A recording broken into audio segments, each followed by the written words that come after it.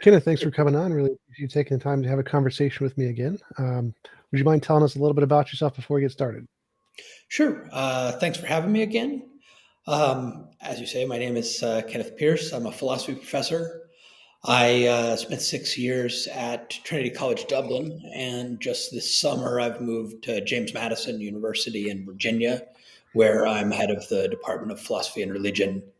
I work on history of modern philosophy, the 17th and 18th centuries, and also in analytic philosophy of religion. Awesome. So the topic today was the logical problem of evil. Could you tell me your position on the logical problem of evil? Sure. So the logical problem of evil is this goes back to a kind of mid 20th century debate between J.L. Mackie and Alvin Plantinga. Is kind of the modern form of it. And Mackie says there is a logical contradiction between the claim that God exists and the claim that evil exists. And the key point that philosophers use in distinguishing the logical problem of evil from other kinds of arguments for evil is that it's claiming a logical contradiction with the existence of any evil at all. So, like on the Mackie view, if I stub my toe, then God doesn't exist, right? We don't have to go talking about really horrendous things to show that. And Plantinga gives this kind of influential response in two parts. First, he says the kind of principles that Mackie uses to derive the contradiction are principles that neither atheists nor theists should accept. Things like a good thing, one of Mackie's principles is a good thing always tries to eliminate evil as far as it can. Plantinga shows that clearly that principle isn't true in full generality. There are cases where we don't try to eliminate certain evils because they would create even greater evils if we got rid of them, or different things like that. So that's the kind of first part of Plantinga's response. And the second part of Plantinga's response is a detailed account in terms of free will that's supposed to be a story that shows that the existence of God and the existence of evil are compatible because there's this logically consistent story. Now, a lot of philosophers of religion think that Plantinga, even some atheists, think that Plantinga just put an end to the logical problem of evil, and that atheists need to make a different kind of argument, like, say, an evidential argument that says the more evil there is, the less likely that God exists, and there's lots and lots of evil. I don't think that's right. That is, I don't think the logical problem of evil is dead. And the reason is that all this stuff about free will that Plantinga uses is really controversial, and it might not actually be coherent. And so what Plantinga is saying is, well, there's a coherent story where both God exists and evil exists, but the coherence of his story depends on the coherence of certain ideas about free will, which is a pretty controversial claim. And so my view is that kind of whether you should think that Plantinga has shown that God and evil are compatible depends on your views about free will, and different people hold different views. Plantinga's strategy isn't the only possible one. And so I've developed kind of a different strategy that depends on some different controversial assumptions in philosophy of mind.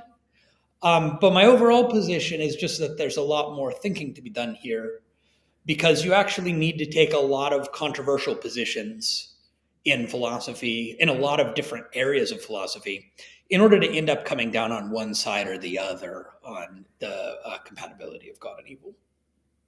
So what about the more general argument that he makes that there's just some sufficient reason unknown that may make allowing for evil justified? And so if you take like the more general position and not specifically tie it to free will, there aren't as many assumptions or philosophical assumptions that are required to take that position.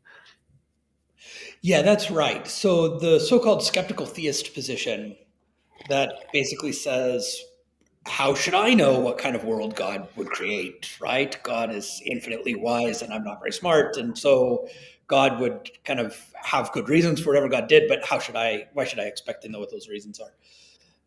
Certainly, that requires fewer philosophical assumptions, and it's kind of a different strategy, right? A strategy that says we're not in a position to show that God and evil are incompatible because we don't have enough knowledge, both empirical or metaphysical knowledge about how goods and evils are connected, and kind of moral knowledge about what goods and evils there are. Um, I think any theist is going to have to do a bit of that. And it's pretty well motivated, right? To say, obviously, we don't understand everything that God's up to and all of God's reasons. So it's well motivated, and a theist is going to have to do some of it.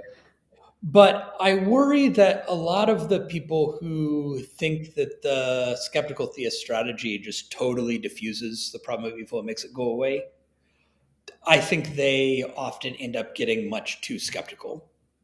That is, the theist claims that God is good, and they need to actually mean something by that. Maybe not exactly the same thing that we mean when humans are good. Maybe we don't fully understand what we mean. But we need to have enough understanding to give some content to that claim. And we also need to have enough moral knowledge about like what's good or bad to know to like drive our actions in the world and to be able to condemn morally reprehensible actions and praise morally good ones. And so basically, I think in order for skeptical theism to make the problem disappear, it ends up having to be too skeptical to preserve that kind of stuff. So I think it needs to be part of the story, but it just can't be the whole solution, you know. And what was the approach that you mentioned that you take? Yeah, so I have a paper that's specifically on the logical problem of evil. So this is just supposed to show, you know, why some people who endorse certain philosophical views should think that the existence of God and the existence of evil is compatible. And it's based on some views in the philosophy of mind that are popular among naturalist philosophers who don't believe in God. So people like Fred Dretsky and Ruth Millikan and Karen Neander hold this view, which in the paper I called it the naturalistic functional teleological theory. Teleosemantics is perhaps the more standard name for it now. So, where this view is coming from is we need to explain how purely natural entities could represent the world in such a way that those representations could be either right or wrong. And so this is what we call intentionality, is the aboutness of thoughts. That when I kind of look at my table, I have a mental state that is somehow about my table. And I can have that thought when the table's not here, or even if the table no longer exists. And so what we're trying to think is kind of from a naturalistic or biological perspective, how would you explain what that relation is between some state of my mind or brain and the table? Um, and Millikan especially relies heavily on biology. So biologists talk all the time about the function of organs or states of an organism. And Millikan thinks we can get kind of a naturalized evolutionary theory of biological function. And then we can say that a state of the brain is about some external object or represents the world as being a certain way if its biological function for the organism is to indicate that state of the world. And this allows for misrepresentation. The correlations don't have to be perfect. So Millikan likes the example of beavers that, you know, bash things with their tail, pound their tails to signal danger to other beavers. And false alarms are really, really common. They do this all the time when there's not actually any danger. But the kind of the function of that behavior is to signal danger, to flee from predators. And it's kind of more beneficial to the organisms to have a lot of false alarms than to not hide when there's actually a predator. Um, and so Millikan thinks that this is how these brain states work and how they get their representational content. Now, there's an issue here in the distinction between what's called original intentionality and derived intentionality. So one of the standard examples is like the text on your computer screen. It does have content. It means something, but it means something to us and not to the computer. And so if something has a creator, the question is, what would it take for to kind of get that original intentionality to make it mean something to the system or to the creature itself, and not just to the creator who intended it to have that meaning. And that's where Millikan and Dretsky and Neander are thinking it needs to be about the function or the role that it plays for that organism and not for something else. And it needs to develop that function through some kind of process of adaptation, which could be the evolution of the species, or it could be the learning of the individual. And so it needs to be that somehow when the correlation is right, like when the signaling behavior of the beavers happens in the face of actual danger, it benefits the organism. And when it's wrong, it doesn't. And that needs to be the explanation of why the behavior exists, right? So the behavior comes about because when it's properly correlated, it's beneficial.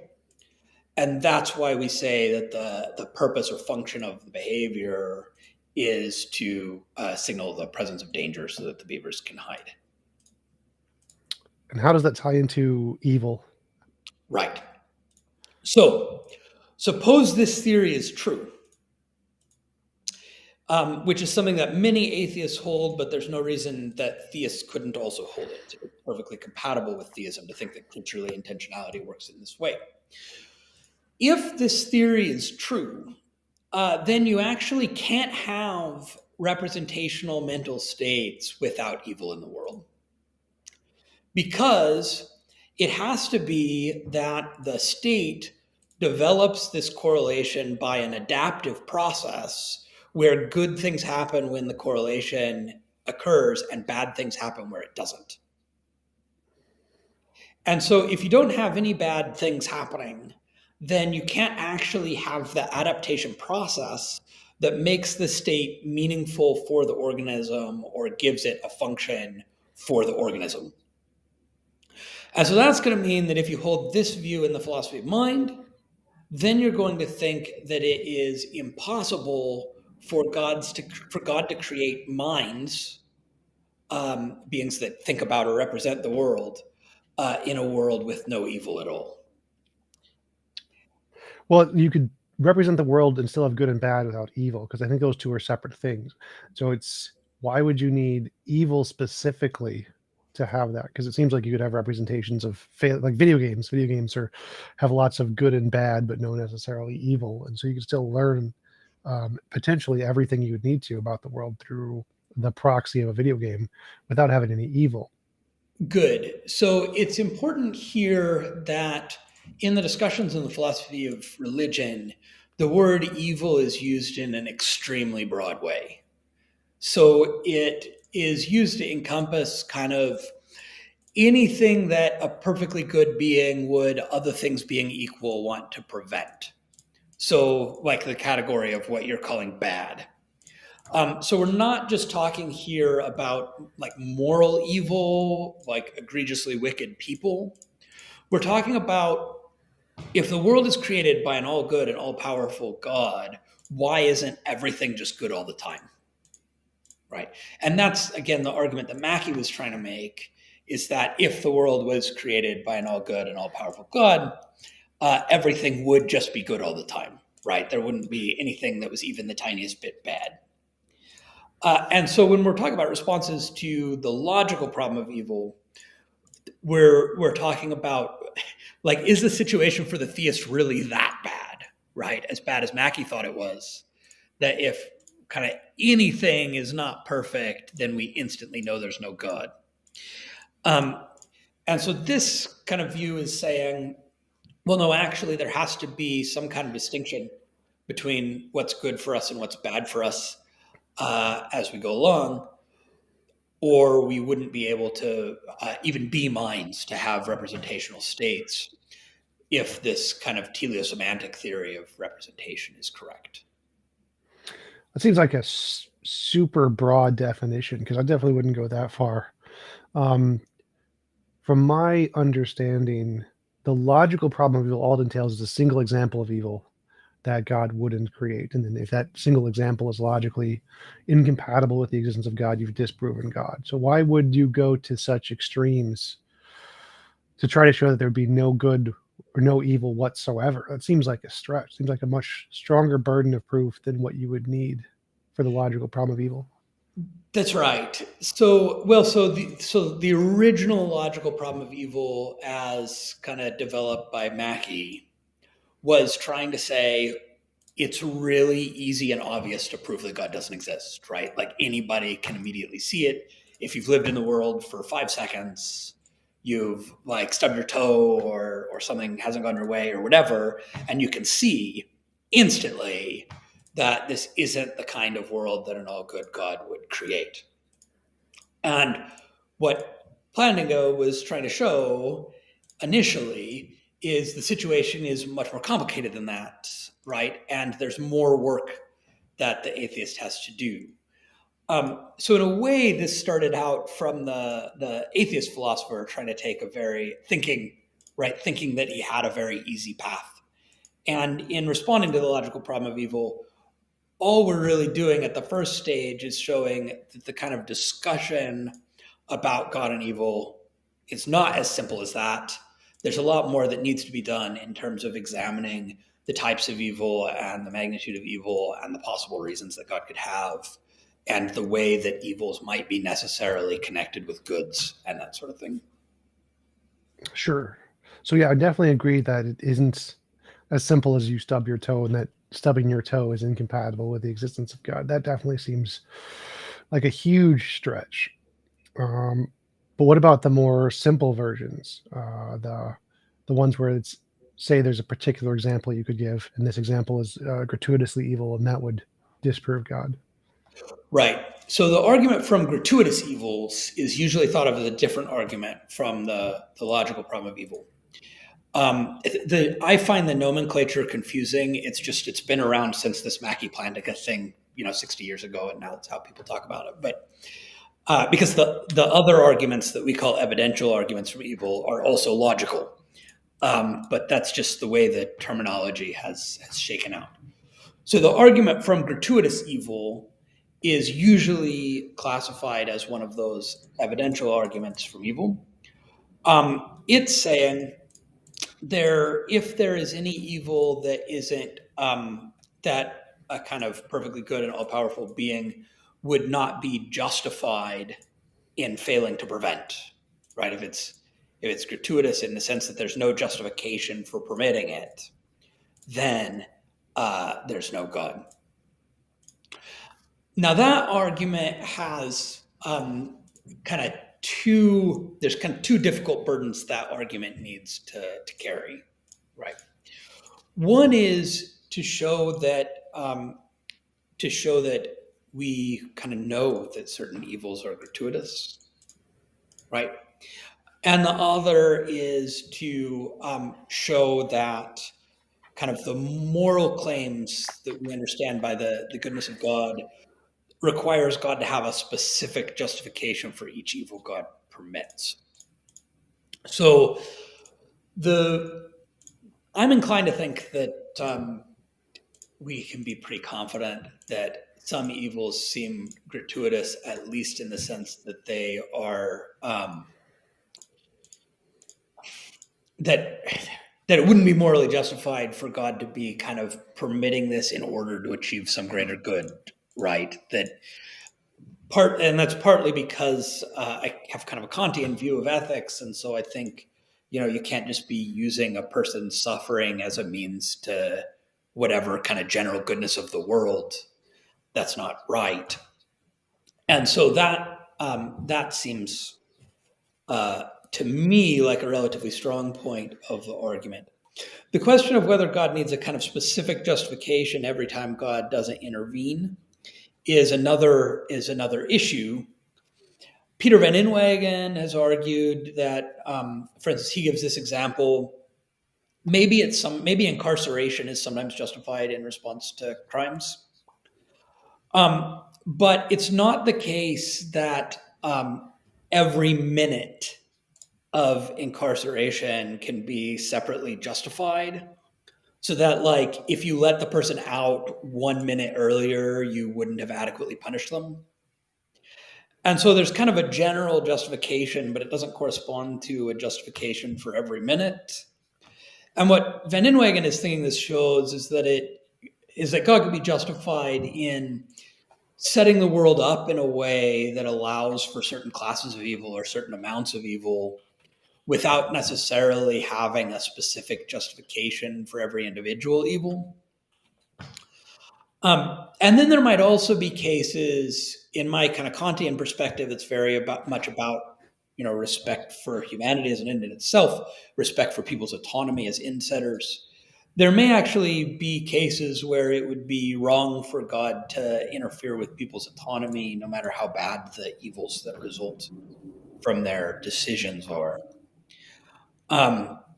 And so those are the kinds of questions that I'd be asking around the argument from gratuitous evils. So 2 questions there. One is that you mentioned the distinction between the logical problem and the evidential problems were about Mackey's presentation. Whereas the way I interpreted it was a logical problem is saying that it's impossible for God to exist if X exists. Here's an example of X or whatever. Whereas the evidential is like it's probably the case that God doesn't exist, as opposed to it being like a disproof of God. So I thought that was the distinction that logical versus evidential was getting at, was the probably God doesn't exist versus the necessarily God doesn't exist. Yeah. Go ahead. Oh, so there's always a case where you can find different philosophers who use terminology in different ways. But the thing is, you can have if you have an argument that is deductively valid, but the premises are only probable and not certain, then you're going to get to a probable conclusion. And then there are other arguments that aren't written in the deductively valid way, that are written in an inductive way, or even like a Bayesian probabilistic way. And so there are just kind of different ways that you can draw out the distinction. But I think the people who are saying the logical problem is dead, which a lot of people have said, are interpreting it in the kind of narrow Mackey type way that I have in mind. Because these other arguments you're talking about, like the argument from gratuitous evil, those are taken very seriously in the current literature. Yeah, that's really interesting, because a lot of the theist philosophers I talk to, when I bring up the logical problem of evil, it's usually more a specific example of gratuitous suffering or something that disproves God's existence. But I think they still argue against it. They still say that the logical problem of evil is dead. Do you think that's more of like just a like debating tactic? Like when they say that, they are unintentionally referring to only the Mackey version? That's possible. I mean, if you look at, there's a nice book on the evidential argument from evil, or evidential arguments from evil, edited by Daniel Howard Snyder from the late 90s. And if you look at that, there's kind of a wide variety of views that they're including under that heading. And in particular, it's in that book that a bunch of people like William Alston, I believe, a bunch of top Christian philosophers are saying the logical problem of evil is dead, but we still have to take these evidential arguments really seriously. I mean, one thing they might have in mind is they might think that kind of easy disproofs, it's been shown that there are no easy disproofs of God from the existence of evil. And that might be because deductively valid arguments are always going to rely on premises that are a bit more questionable than the premise that there is any evil at all, right? And so the premises might be merely probable. Gotcha. So back to my other question, I was thinking that from my perspective, for the more simple version of the problem of evil, all you need is to say that you have some moral knowledge. Because if you have some moral knowledge of what is right and wrong, you mentioned like have enough knowledge to differentiate what we should do in certain cases, then once you have that knowledge, you can build a model of a world that's logically possible, that has a particular example of evil that seems unnecessary. And then you've constructed one of the simpler versions of the logical problem of evil. So if we have moral knowledge of any degree, it seems like that would entail that the logical problem of evil must follow from just having moral knowledge. So just take your approach and to revert it. So if we need moral knowledge, and if we have moral knowledge, then we're going to have examples of things that are evil, and from those examples of things that are evil, we can pick out a particular example that is unnecessary for pretty much everything else in the universe, and that would then be a gratuitous evil that we can do without. Um, so, like for example, the Stephen Hawking example I use. Stephen Hawking can't punch people in the face. He's a quadriplegic. He was a quadriplegic. Therefore, it seems like in order for whatever greater good there is in the universe, Stephen Hawking's ability to punch people in the face is not required for that greater good, whatever it is. And so, if we all had this limitation of being paraplegic or essentially paraplegic, we would all still have the greater good, whatever it is. We don't have to know what it is. Therefore, the ability to punch people in the face is not required for the greater good. And so that would be the logical problem from my perspective. Yeah, so I think there are two I see two issues with that approach.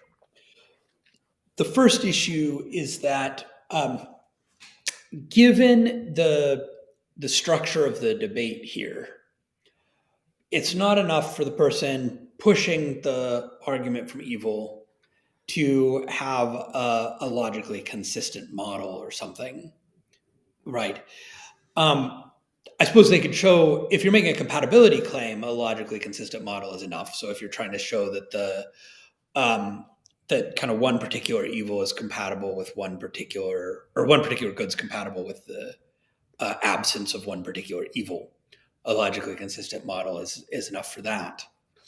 Um, but what the person who's pursuing the argument from evil needs to show is something like that some actual evils that really exist in our world are actually gratuitous. That is, in the kind of total circumstance, they're not needed for kind of any outweighing good, or they're not justified in any other way. And that involves kind of paying attention to how everything's connected, right?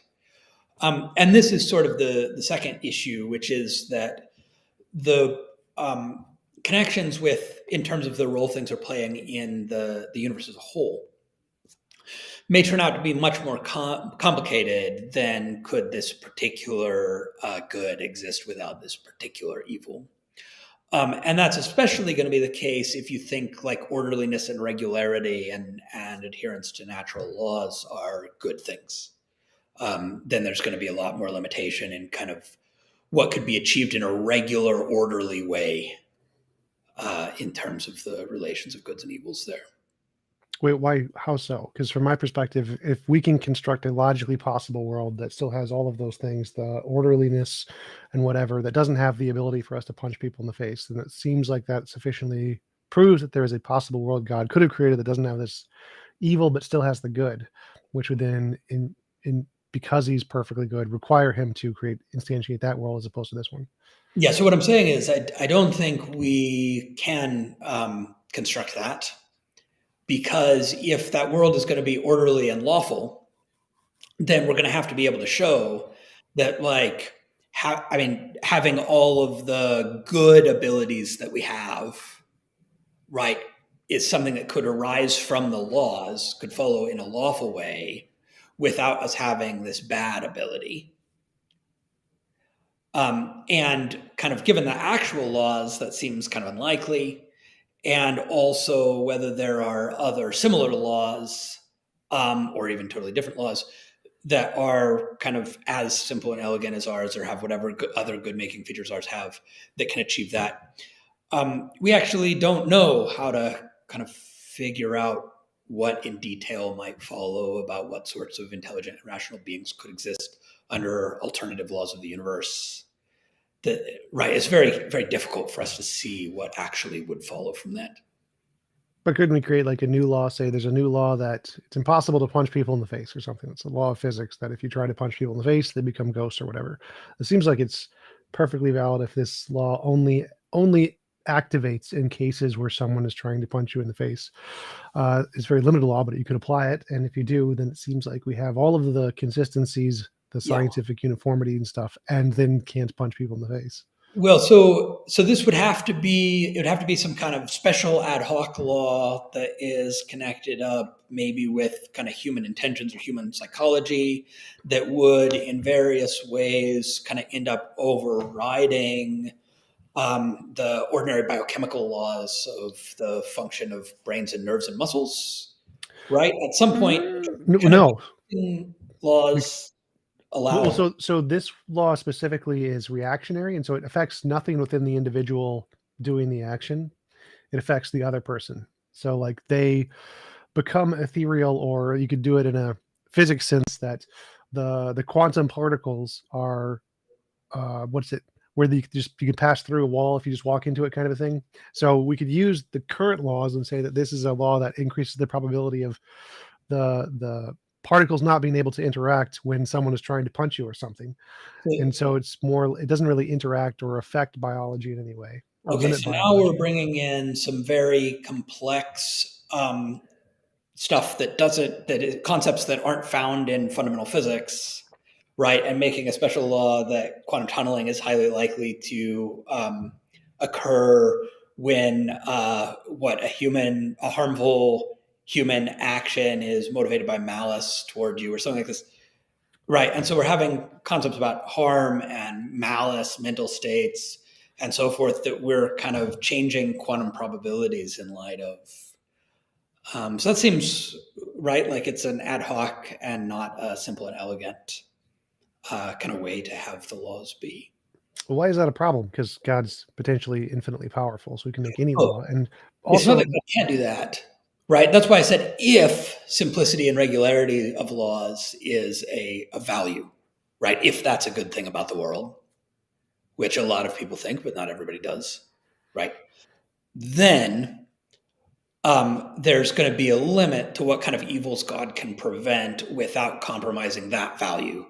And that's going to be one of the values that kind of gets balanced off in a lot of these evils. hmm, I see that one as kind of hard because simplicity, the simplest possible universe is a universe of with just a single black hole, single particle, or whatever. And so obviously there can't be perfect simplicity. That can't be Right. the maximum value or whatever. And if whatever level of simplicity is the correct level of simplicity, it seems like there would necessarily be some way to organize the laws. Say you're allowed 120 laws or something.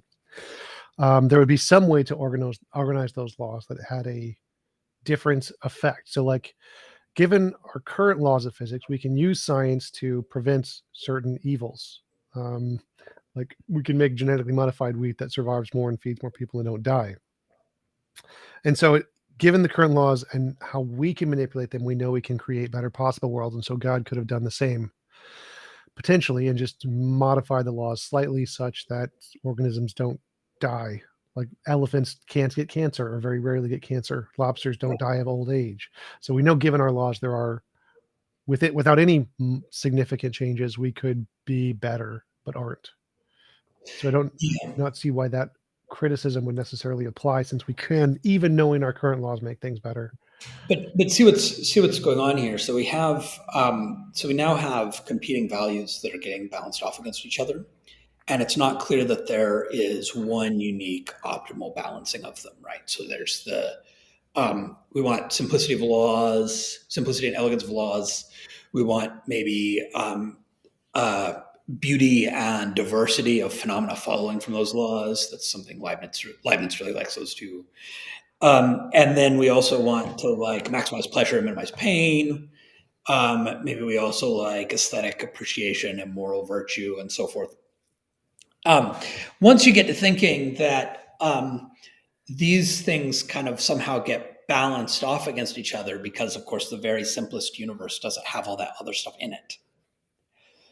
Right. Then we start thinking, well, if we kind of adjusted, if we made this one better, we're making this one worse in any possible way we can conceive.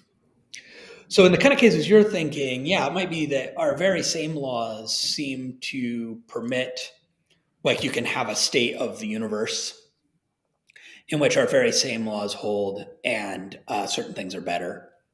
And it's hard for us to see how what kind of negative counterbalancing there would be to that. Certainly, like some organisms are more resistant to radiation damage to their DNA than others, and then they're less likely to get cancer or whatever. There are these little adjustments that it's really hard to see what the negative would be. In our actual world, the organisms that exist developed into the state they're in by an evolutionary process. Um, there's perhaps some real indeterminism there, and it perhaps could have gone a bit differently in various ways. But there's a question about kind of given this kind of process where actually from this very simple initial state of the universe, the complexity and beauty of biological organisms develop. Um, right. Could things have actually gone in a determinately better way in that sort of process without kind of, balancing off these competing goods in a way that would arguably be unfavorable? Well, so the whole argument to me seems very ad hoc. Like it seems like it's not hard to imagine a better way the world could be. And I like to do my simplest example is just say, give every conscious agent the option, be a part of this world as God designed it, or go to your own and just ignore. I don't want to do the God stuff. It has all the benefits, but I don't like it very much. Let's choose something else. And that seems to be like a morally better world with just one extra criteria and give people the option of going into it. And that world would seem to be significantly more moral because now if someone was forced to be in this world without their consent, all the evils that happened to them would be immoral because they didn't consent to it. Whereas if they consented to it, it wouldn't be evil for those to happen. And so simply adding this one rule, which seems very simple and must necessarily be possible for a God with souls and the possibility to create minds, etc., would make an infinitely better world, an infinitely less immoral world.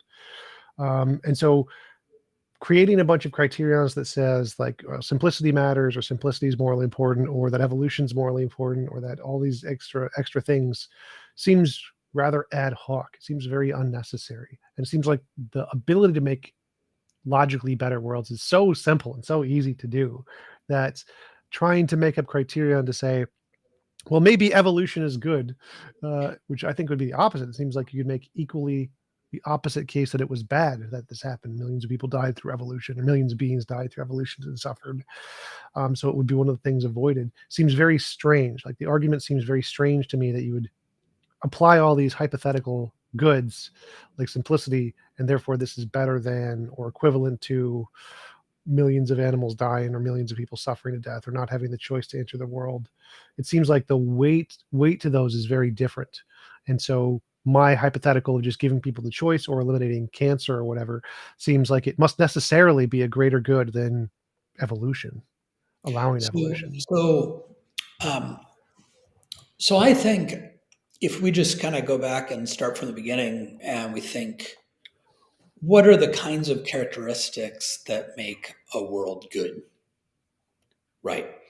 Good overall. I think we're not thinking that only moral goods ever count, right? Or that only maximizing happiness and minimizing suffering counts. I don't think we should think that those are the only things that matter to the goodness of a world.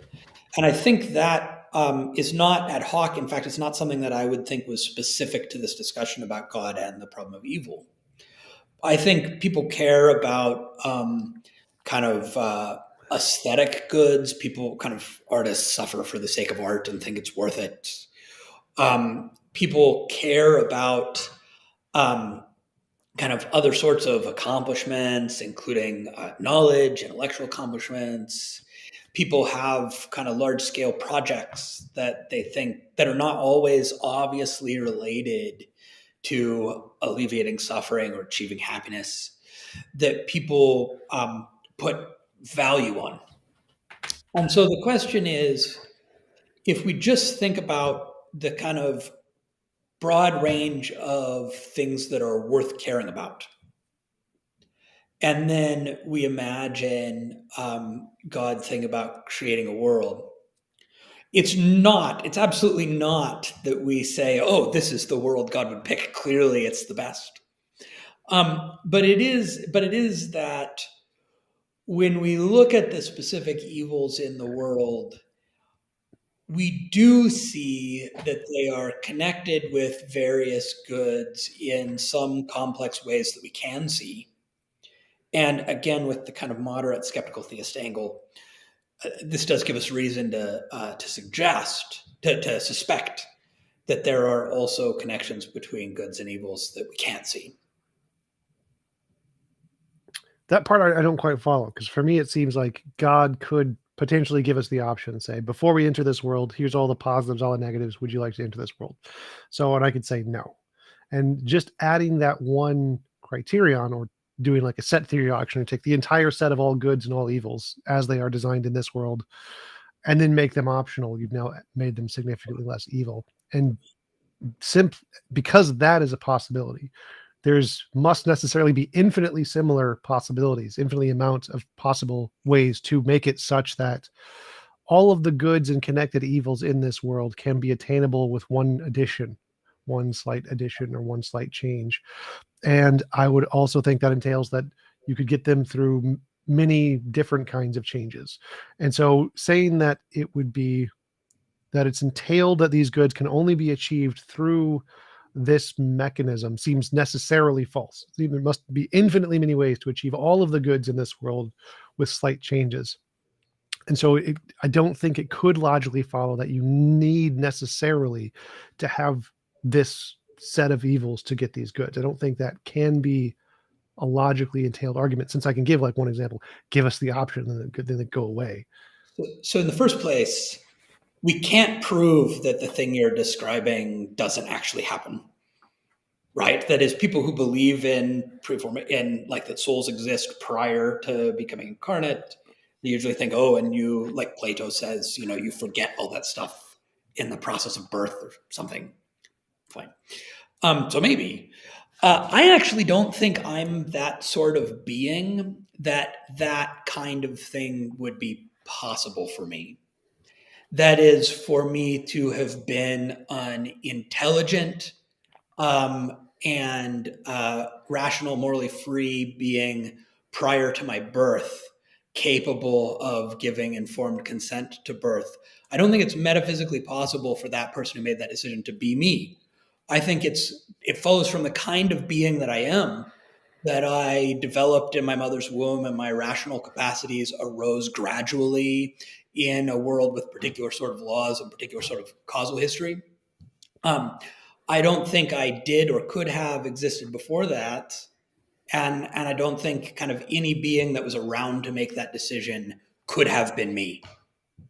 What about like B theory of time, non-tense theories of time, where like all time exists simultaneously? So the future you does actually exist now, and so the future you could have been asked this question potentially and given an answer independently. So it seems like it's metaphysically possible, given that the way Um, we think of time could potentially be tensed or non-tensed.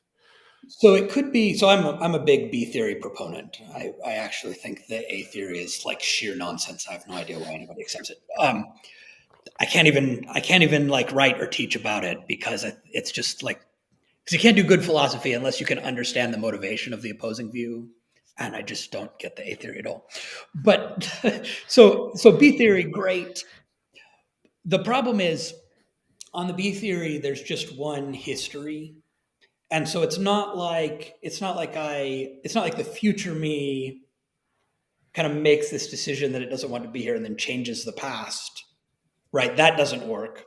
What could be the case, and actually Marilyn McCord Adams has argued that in order for God to be justified in permitting certain evils, this must be the case, is that in the end, everyone does look back and agree that the evils of their life were worth it and that they wouldn't trade them for something else.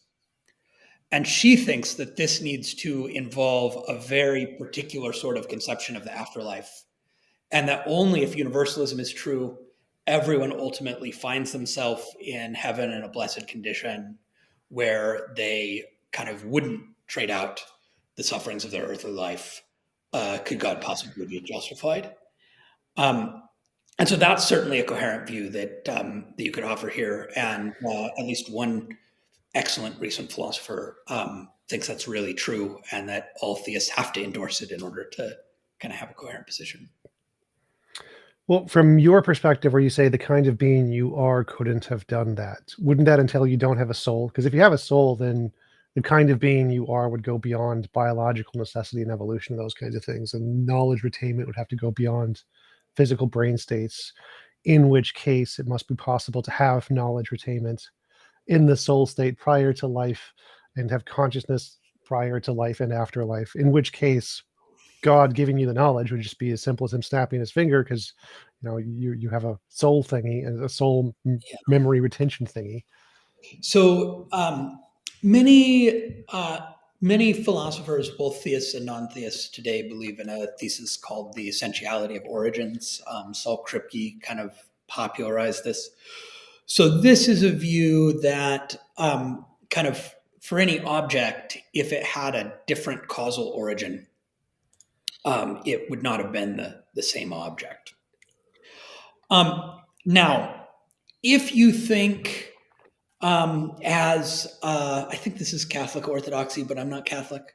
So if you think that God specially individually creates every soul, then you might be committed to like God create it early and then give it knowledge and let it make a choice and then wipe out the knowledge and yada yada. I definitely reject that view. I don't really like dualisms. I take idealism really seriously, and I think the second choice would be some kind of physicalism about human persons. But whatever the case, I think that I developed by a natural causal process, and that's essential to the kind of being that I am. And I don't think that's incompatible with the idea of my existence continuing into an afterlife. As you say, an omnipotent God would be able to do all kinds of things. Wait, why? So, because if you develop by a natural process, how does your development through a natural process able also develop some kind of ability to have a afterlife? How did that develop by a natural process? Oh, it's not that that develops by a natural process necessarily. It's that kind of once an object exists, um, then God can supernaturally preserve it or transport it to another realm or something like that. But an object that didn't come into existence by this process simply wouldn't be me. To refer again to Peter Van Inwagen, he uses this example of, he says, suppose there was some important manuscript of St. Augustine and and it was stored in a monastery and the monastery burned down. And then the monks came later and said, oh, look, the manuscript was miraculously reconstituted by God, right? It burned to ashes, but God restored it. Van Inwagen thinks that claim is metaphysically impossible because it wouldn't be that manuscript if it wasn't written by St. Augustine, right? If God supernaturally created it, God would be making a copy and it wouldn't be the original. In order for it to be the original, it has to be kind of continually preserved from the causal process that starts with St. Augustine writing it. So I think I see two problems with that. One is that God, being all powerful, could literally just take the past thing and move it to the new location. So it was prior to it being destroyed, he could have just moved it. But I also Right. see, like, why couldn't God literally just take all of that past history, as suppose this has to be entailed in some kind of a property related to the thing, and God could just generate that property in the thing when he generates it. So I don't see why. how that is actually a property in an object, because I don't think it is. I think like if So, you generate my consciousness in a different location, it's going to be me. I don't see the temporal origin as being like an actual property. And why couldn't God just generate the temporal origin in the object? He's all powerful. well, it sounds like you're supposing some kind of hexaity is the technical term. Like there's like a property of being me that's some kind of metaphysically primitive property that is kind of intrinsic to the object. It's a really popular view among, again, both theist and atheist philosophers nowadays, though, of course, philosophers never agree on anything, so it's not like this is universal, that actually identity partly depends on the causal history of the object. And so you have to have a continuous causal history. And so there is like, Dean Zimmerman has a theory about the afterlife that maybe, like you said, couldn't God transport it to a later point, right? Especially in the B series, right? Where you need this kind of causal relation from the earlier, where the earlier state kind of leads to the later state. But there's no reason, at least by a divine miracle, that causation couldn't occur across gaps. And so if the kind of later state after the gap is caused by the earlier state, then what we have is a time travel case rather than a creation of a duplicate. But what you need is the kind of causal continuity from the historical origin to the current existence. Otherwise, you're dealing with a copy and not an original. How would that apply to identity over time? So, like my cells die, get replaced in a brain, and so it seems if the requirement is that the origin of the thing is it's has some relative relation to its identity in some way, and my origin of my consciousness right now is relegated to the neurons that are currently alive in my brain, and their origin was about, I don't know, possibly less than 2 years ago. Then the me that is now can't be the same me as the me that was 2 years ago, Well, unless there's some kind of identity shared between those two. this is part of the motivation actually for having a causal history view rather than, say, an identity of material constituents view, right? Is that the kind of the current cells that you have an appropriate causal relation to the previous ones as they die and are replaced and so on. It's a continuous causal process of preserving your body over time. Um, with homeostasis or whatever. And then the really kind of difficult philosophical puzzle is how to distinguish that kind of causation, sometimes called immanent causation, that's kind of internal to the preservation of an organism over time. How do you distinguish that from actions that are external, right, to the individual thing? But this is part of the motivation, is to say you don't have to have identical material constituents over time. Right, what you have to have is a kind of causal historical continuity. Why? What is that? How is that a more relevant criterion to establishing the identity of like a consciousness than to say the conscious experience itself or the qualia being some kind of property of you-ness? Well, the question is whether there's a good reason to think such a property exists, and if so, what it would be. Right. So, like Richard Swinburne seems to think that he can just kind of look into his soul and grasp its hexaity and say, "Here is the me, the property of being me." And just a lot of philosophers are really skeptical that we have any notion of those kinds of hexaities, the property of being this individual object, and think they're quite metaphysically suspicious because it's obviously very different than the like property of being round or something. This kind of property of being this one object. And so if you're thinking that that is really suspicious, then you're wondering what actually is the kind of relation between me now and this kind of 5-year-old who was also called by my name. Um, and so some people, following John Locke, have various kinds of psychological criteria for identity over time, where they're thinking it's kind of related by memory or consciousness and this kind of continuous development of the psychology over the period. And in a way, you can think of this causal historical criterion as a generalization from that allows us to take more things into account. That there's a kind of particular intelligible way in which that 5-year-old developed into me in a kind of coherent historical narrative that allows for the recognition of identity over time. And that couldn't be the case, you might think, um, if there was some kind of gap where I didn't actually develop from that child in a continuous way. I don't understand how the development over time counts as identity, because even if you develop over time doesn't mean you have identity at all. Like a rock developing over time or whatever doesn't mean that there's like some a rock that is itself and not itself when it loses a particle or something. Well, Like I don't understand. Go ahead. we might distinguish between what you might call metaphysical identity and what some philosophers call practical identity. Right? These things sometimes get confused. So, a rock does have. I mean, perhaps it makes sense to talk about the same rock over time, or perhaps that's just a matter of however we arbitrarily decide to carve up the world, depending on what your views are about kind of composition and material objects and whatnot.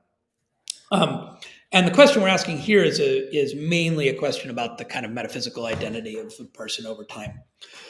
There's a separate, possibly related question about practical identity, which is about the ways that we construct our sense of self and the ways that sense of self gives us reasons for action. Um, and of course, God could create somebody who just already thought of themselves in this way and had a bunch of false memories and so on, and had this whole constructed sense of self identity. But you also might think that our practical identities, if they are to be authentic and not based on false beliefs, also require some kind of historical memory and continuous development over time, right? In order to kind of be the kind of person that I am. I know you think about practical identities being constructed in terms of being this person's son and that person's husband and this university's professor and so on. You could think of yourself in the same ways and act in the same ways without the sort of historical properties that made those things true actually obtaining if you were delusional. But in order for those kind of identities to be authentic and give you genuine reasons for action, you do need the kind of historical claims to be true, I would think.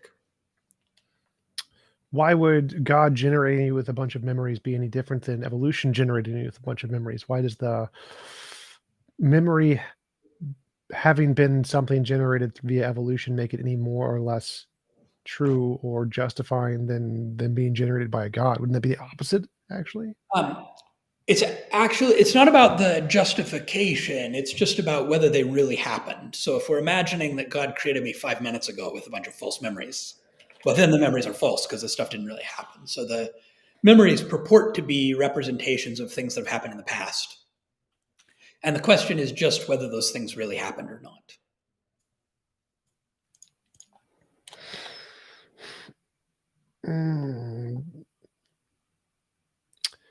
So because our minds just generate things to be a representation of reality and they aren't reality itself, couldn't it be said they didn't happen in both cases equally, but because one comes from God, it's more rational, justified because he's infallible, so he's going to give you things, something Yeah. completely. So as a question about epistemology, you might think that if we're created by God, there's better reason to trust our memory.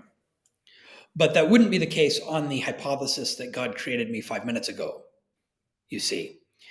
So, because if God created me 5 minutes ago, it's built into the hypothesis that most of my memories are false.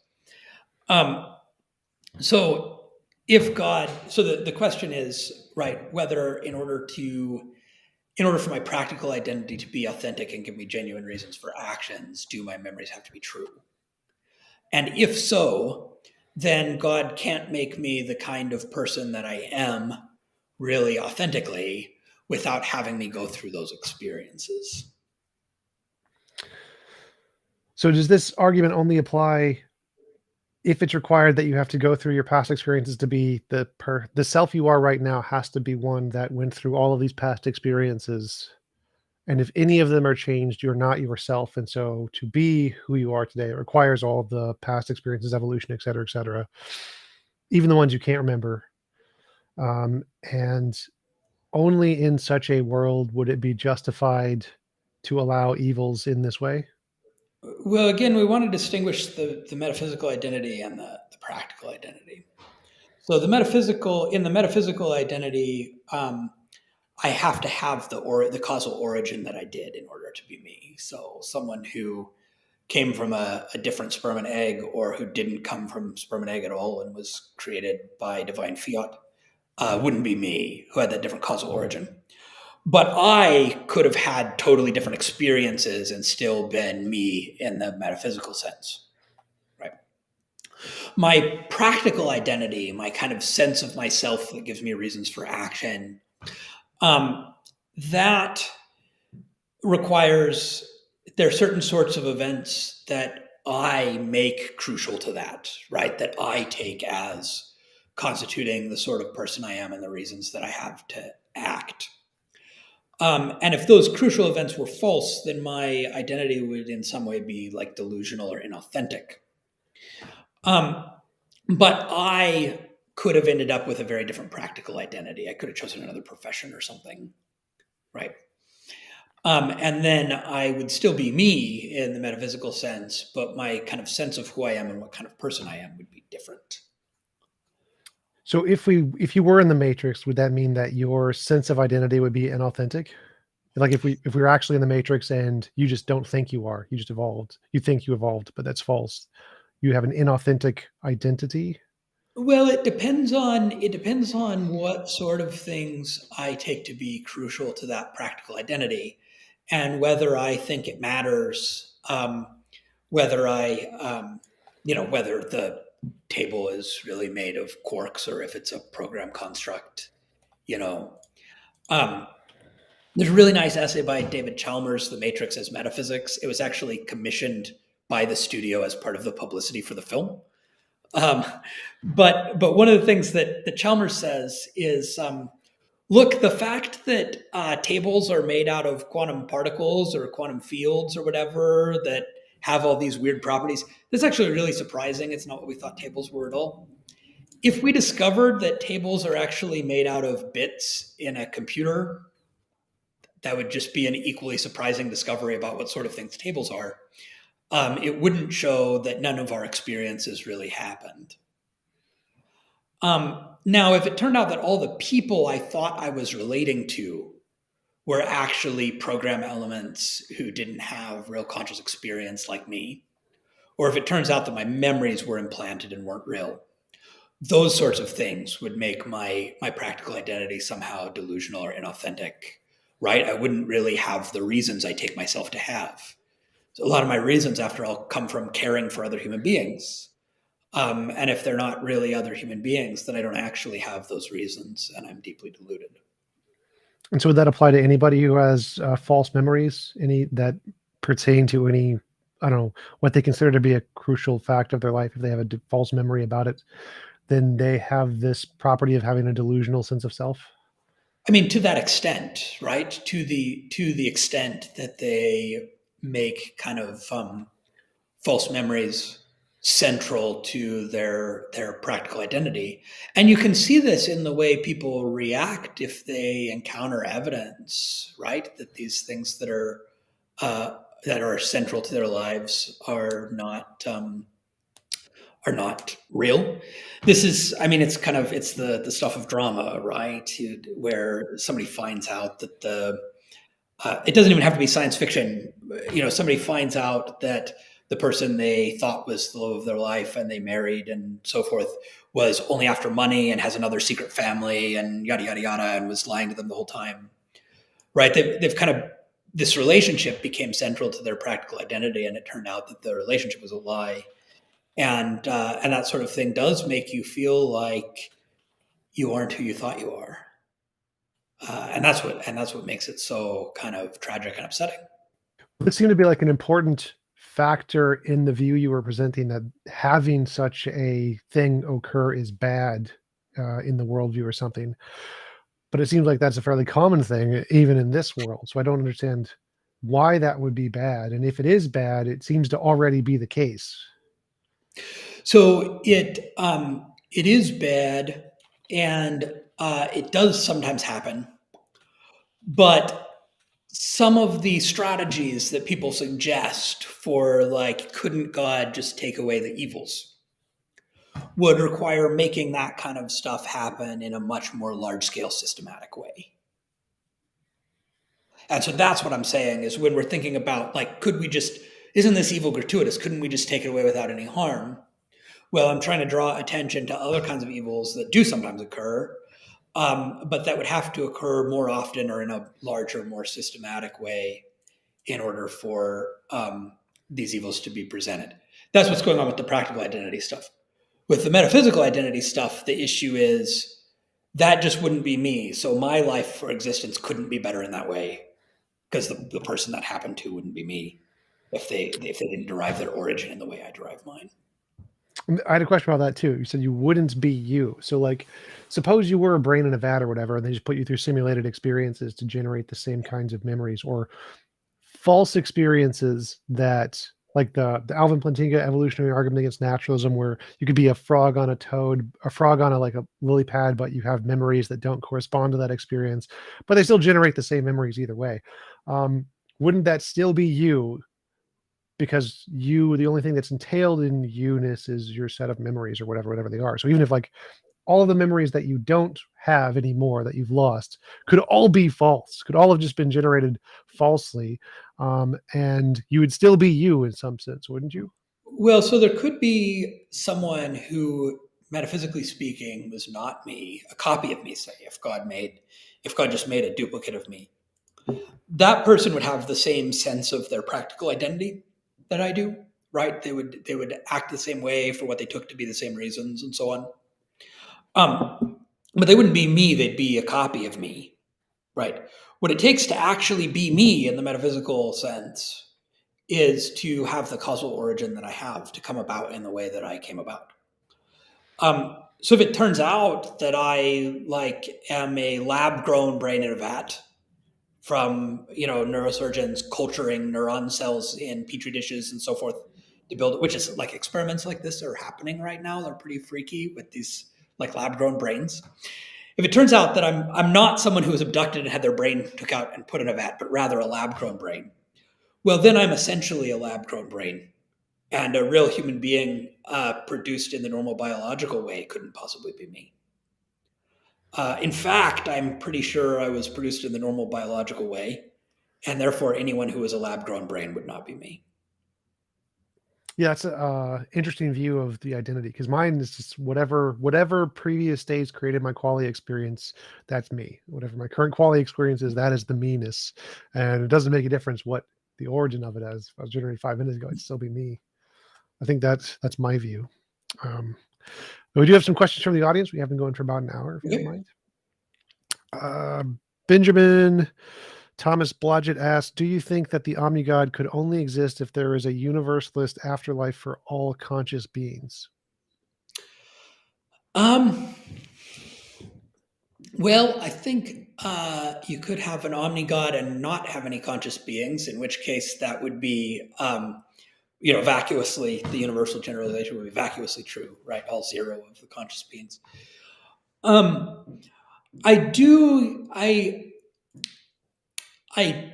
have enough kind of skeptical theism in me to not want to make really confident statements. But I do, like I said, I'm a Kantian, and so I do think God has moral obligations to respect rational beings as ends in themselves. And I think that creates serious constraints, given that there are all of these conscious beings who suffer and so on, that they're, what does it take to respect them as ends in themselves? And that might require an afterlife. It requires an afterlife that somehow respects their autonomy, respects them as ends in themselves. Um, I hope that means some kind of view of ultimate universal reconciliation. but you can imagine cases, and some Christian thinkers have made this kind of argument. You can imagine cases where, as it were, leaving someone outside that reconciliation was in fact an expression of respect for their autonomy. Gotcha. Uh, Perfect asks, if God could not reconstitute a book without it being a copy, then would not Jesus have been a copy when he resurrected? It's a good question. Well, that's a very interesting point, because actually they kind of make a big deal in the Gospels about it being the same body, right? That the tomb is empty, that the wounds are even still there in the hands and the side. And so, actually, the biblical writers seem to care a lot about the claim that the same physical body came back to life rather than some kind of ghostly apparition of Jesus visiting the disciples. Gotcha. Benjamin Thomas Blodgett asked, regardless of the origin of my memories, am I justified in accepting the logical critique of evil against an omni-god?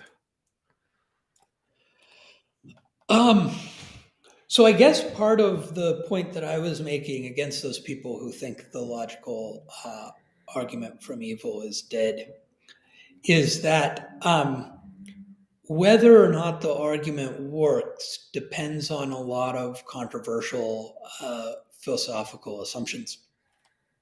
And so we're going to have to think, what do you think about free will? What do you think about the metaphysics of origins, like we were just talking about? Do you buy the essentiality of origins thesis? What do you think about the metaphysics of mind, the nature of mental states and where they come from? And so you're actually going to have kind of a quite substantial package of philosophical views in order to say the existence of God is or is not compatible with like some things being bad. Yeah. Gotcha. On the right asks NDEs about NDEs. Does he think that there is evidence of dualism or God from near-death experiences? And what is the best evidence? And what's the France versus Morocco prediction?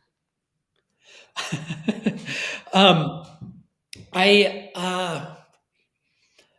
I wouldn't say I take near death experiences as the very best um, kind of window into this sort of thing, but I would see some near death experiences as a class of religious experience.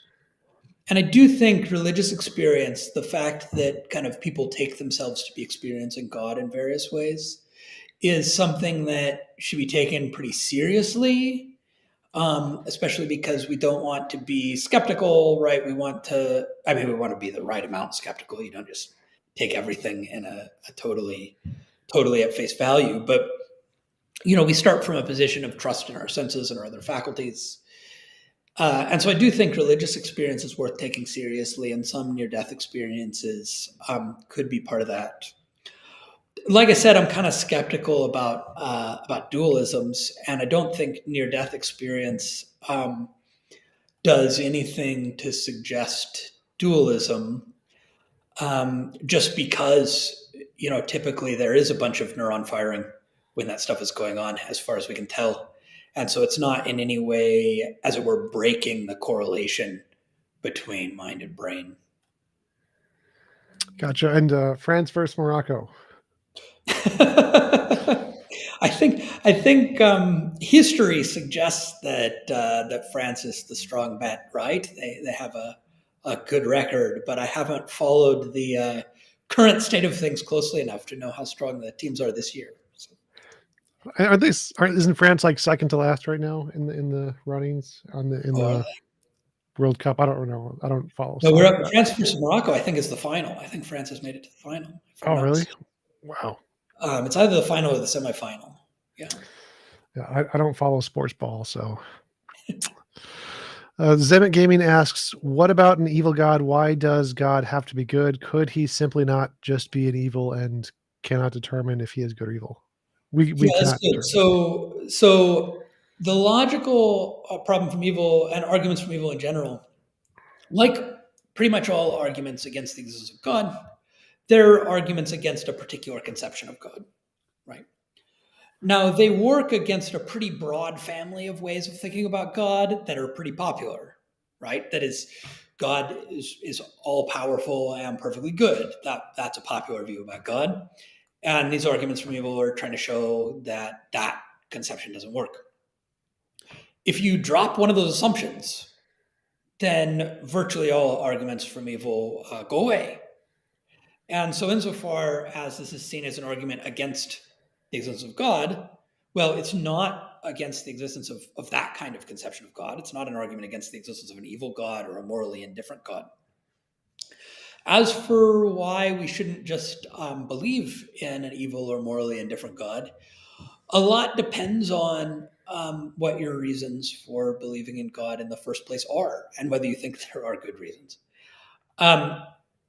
I think if you're looking at the world, the hypothesis of indifference, as some philosophers call it, that whatever is the ultimate explanation of everything doesn't care one way or another about human flourishing or human suffering, that's a pretty good hypothesis, empirically speaking, right? It's kind of, the world doesn't look like there's as much suffering as there could possibly be, right? There could be more suffering than there is. But it also looks like there could be less suffering. And so from that kind of empirical perspective, the hypothesis of indifference actually seems to fare pretty well. And so if we're going to believe in a good God, we need to find some reasons for that. And the reasons we find are not going to be in the distribution of suffering and well-being in the world. They might perhaps be in religious experience, or they might perhaps be in some kind of metaphysical argument about what kind of being would be a suitable ultimate explanation. Gotcha. And the last question is from Benjamin Paget Pearce. If you don't think problem of evil is a good internal critique of the omni-God hypothesis, what do you think is the best internal critique? So I do think the problem of evil in general, not restricting ourselves to the logical problem in the narrow sense, is a pretty serious problem for theists. And I get frustrated with those pop apologists and occasionally even philosophers who get dismissive about it. I think we have to say, if we're thinking about a traditional conception of God and thinking kind of given that conception, what would we expect to see? As far as we humans understand that hypothesis, we don't expect this, right? Like the evil and suffering in the world. So I don't think we should be dismissive of it as an internal critique. But in terms of what's an even stronger internal critique, my number one recommendation is this short book by William Rowe, Can God Be Free? 2004, I think, is the date. Rowe argues that the concept of a necessarily morally perfect being is incoherent. And the reason it's incoherent is that a being who can't do evil is not praiseworthy for doing good. And so you can't have, so a being who's perfectly good in this way can't have the type of freedom that actually is required for being good. So the very Could you go back and say that again? So a necessarily existing being is self-contradicting? A being who is necessarily perfectly good. Because the kind of moral goodness that we have in view requires the possibility of doing evil. Gotcha. Otherwise, you wouldn't be praiseworthy for doing good. And I really like kind of how deeply, even in a short space and in a very accessible style of writing, Rowe goes pretty deeply into a lot of what the best theistic philosophers from history have said about this problem. And I just love how much interesting philosophy you get into about free will and moral responsibility and metaphysics and so on, in kind of looking at this very tricky problem about divine freedom, whether God could create less than the best, and kind of how God could be praiseworthy and also unsurpassably good at the same time. Yeah, that makes sense. That's a good argument, that if you couldn't not do good, then you're not praiseworthy for doing good because you're just like a rock, you did it necessarily. Got a few more questions. Indo, if there's a reason for God allowing any evil, why should I help anyone suffering? If I don't help and God doesn't help, then it was for a reason. Yep. That's one of these objections where you start worrying about the skeptical theism going too far, right? Where you're kind of looking at these things and saying God must have a reason for permitting it. Um, but some of these things, when it comes to to kind of individual action, you want to be careful of the fatalist fallacy, or I actually prefer the older name, the lazy sophism. Um, this is this line of reasoning. Suppose you're lying on the couch, watching soccer commentary or whatever it is you do when you're procrastinating, and you're thinking to yourself, "I should really get up and do something useful." And then you think, "Oh, I was reading this philosophy book, and it made this really compelling argument that determinism is true, and so I have no choice about whether I get up off the couch. So I guess I'll just have to wait and see what I do." Um, but right, if you wait and see what you do, you're going to lie on the couch. The thing is, even if determinism is true, you only get up off the couch if you decide to, right? And in the same way, even if God has kind of planned everything out according to the best reasons, it nevertheless must be part of God's plan that certain things come about by means of our actions. Right? And how that relates to our moral responsibility and free will is a really complicated question. But the fact is that kind of it may be that kind of God's plan is to alleviate that suffering by means of my action, right? That may be exactly how God plans to prevent that bad thing from happening. And so we shouldn't kind of overestimate the extent to which these sorts of problems impact on human action and human decision making. Gotcha. Super chat from Samir Farsain. In a public park, there are walkways, but the grass on the corners is always dead because people cut diagonally. Do you blame the gardener? Good's always the longer way, and we fail for cutting corners. I obviously wouldn't blame the gardener in that case. I'd probably say we should put up a fence, so that would solve the problems. Good's always the longer way. So I think it's an analogy. He's religious, so he's analogizing to God that the reason that there is suffering is because we cut corners or something along those lines. Right. So, I mean, the Plantinga view, like I said, is all based on free will. And this is one of the very traditional ways for theists to try to explain evil is through human free will. Um, in the paper that I was mentioning, I wasn't saying that free will approach is wrong, right? But only that it relies on controversial assumptions, including assumptions that atheists may reject, and some theists reject. And so I was saying, well, there's an alternative path through these considerations about philosophy of mind. In fact, I think for theists who are trying to deal with, as it were, the whole problem of evil and not some kind of artificially restricted, can we explain why there's any evil at all? I think they need to combine a variety of approaches. And I think something about human free will probably gets in there somehow. Um, but I often lean toward compatibilism about free will, so uh, I'm not sure it gets us off the hook in the way that Plantinga wants it to. But respect for human free will and human autonomy, I think, has to be part of the story here. Gotcha. A dose of motion. How do you respond to the charge that the Trinity is incoherent? um, Good. So um, let's first say we've been talking about arguments about the existence of God. Lots of people believe in the existence of God who are not Trinitarian Christians. So let's just start by saying this is a separate issue. Um, in terms of how I think about this, I think about revealed religion. So I am a Trinitarian Christian, and I think about revealed religion as being rooted in the church's experience of God. And the theology, the doctrinal theology that they're trying to develop, is trying to make sense of that experience of God and the practices around it.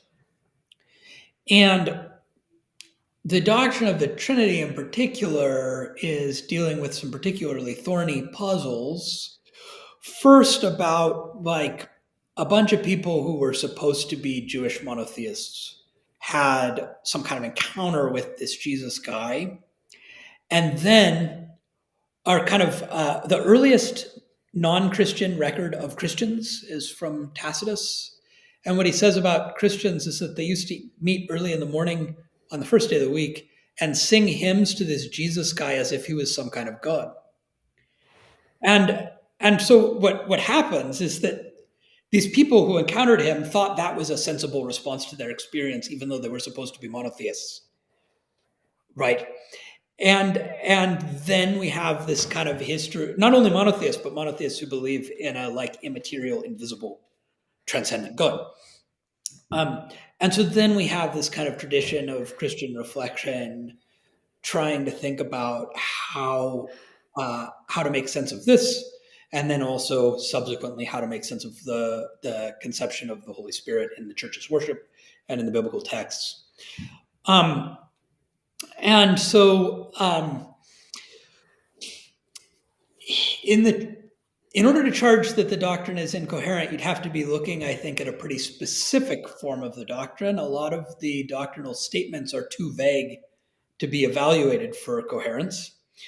And so then we run into a question about whether we can, by metaphysical reflection, develop some kind of coherent and intelligible view.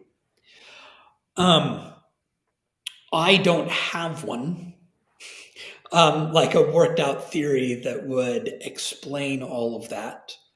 But I do think there are some kind of significant elements of doctrine and practice that are leading us into this paradox. And the thing that I think kind of really matters to Christians is the view that God, the greatest of all beings, the highest of all beings, morally perfect, and fully kind of independent, is not an isolated individual, but God in God's self is a loving community.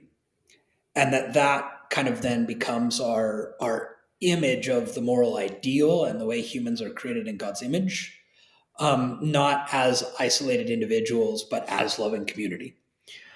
That is at least coherent as a moral vision.